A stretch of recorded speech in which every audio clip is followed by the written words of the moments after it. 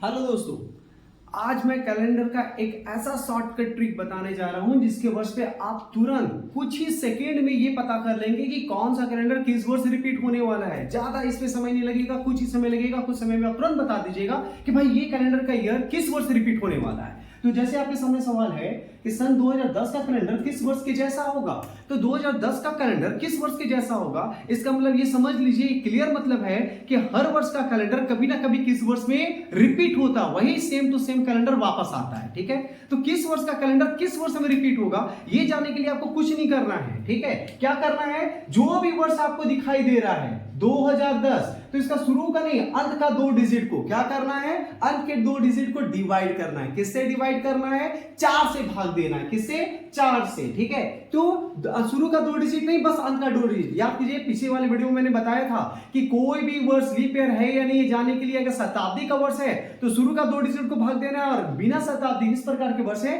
तो अंत के 2 डिजिट को भाग देना है। ठीक है, 4 से। तो ये 4 से भाग दीजिएगा। 4 से भाग देने पर कितना बच रहा है, 2। कभी बचेगा 1, कभी बचेगा 3, इस प्रकार से आपका होगा। तो और कभी बचेगा 0। तो जब भी आप भाग दीजिएगा, तो अगर आपका शेषफल 1 बचेगा या 2 बचेगा या 3 बचेगा या 0 बचेगा, तो अगर 1 बच रहा है तो समझ लीजिए कि 1 बच रहा है तो वह कैलेंडर 6 सालों में खुद को रिपीट कर देगा। कितने सालों में, 6 सालों में। 2 बच रहा है तो वह कैलेंडर 11 सालों में खुद को रिपीट करेगा।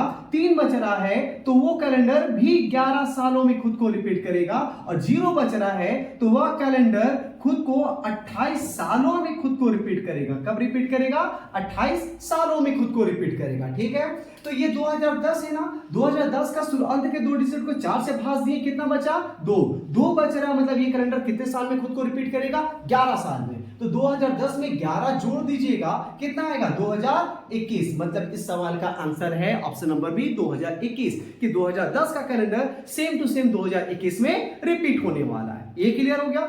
जैसे कि इसके अलावा और मान लिया जाए कि भाई अभी करंट में चल रहा है 2024, तो 2024 का भी कैलेंडर कभी ना कभी तो रिपीट होगा। तो एक चीज ध्यान दीजिएगा, 2024 ये एक लीप ईयर है, तो ये लीप ईयर का कैलेंडर लीप ईयर में ही रिपीट होना चाहिए, उसके पहले ये रिपीट नहीं होना चाहिए। ठीक है, तो देखते हैं, लास्ट का 2 डिजिट को 4 से भाग देना है ना, भाग दे दिए, कितना शेषफल बचा, तो 6 चौक 24, शेषफल तो 0 बच रहा है। 0 मतलब कितने साल में रिपीट होगा, 28 साल। तो 2024 का कैलेंडर ठीक 28 साल बाद रिपीट होगा, और 28 साल बाद 2024 में 28 साल बाद क्या आ जाएगा, 2052। मतलब कि 2024 का कैलेंडर 2052 में रिपीट होगा, और 2052 भी एक लीप ईयर होने वाला है। क्लियर है। तो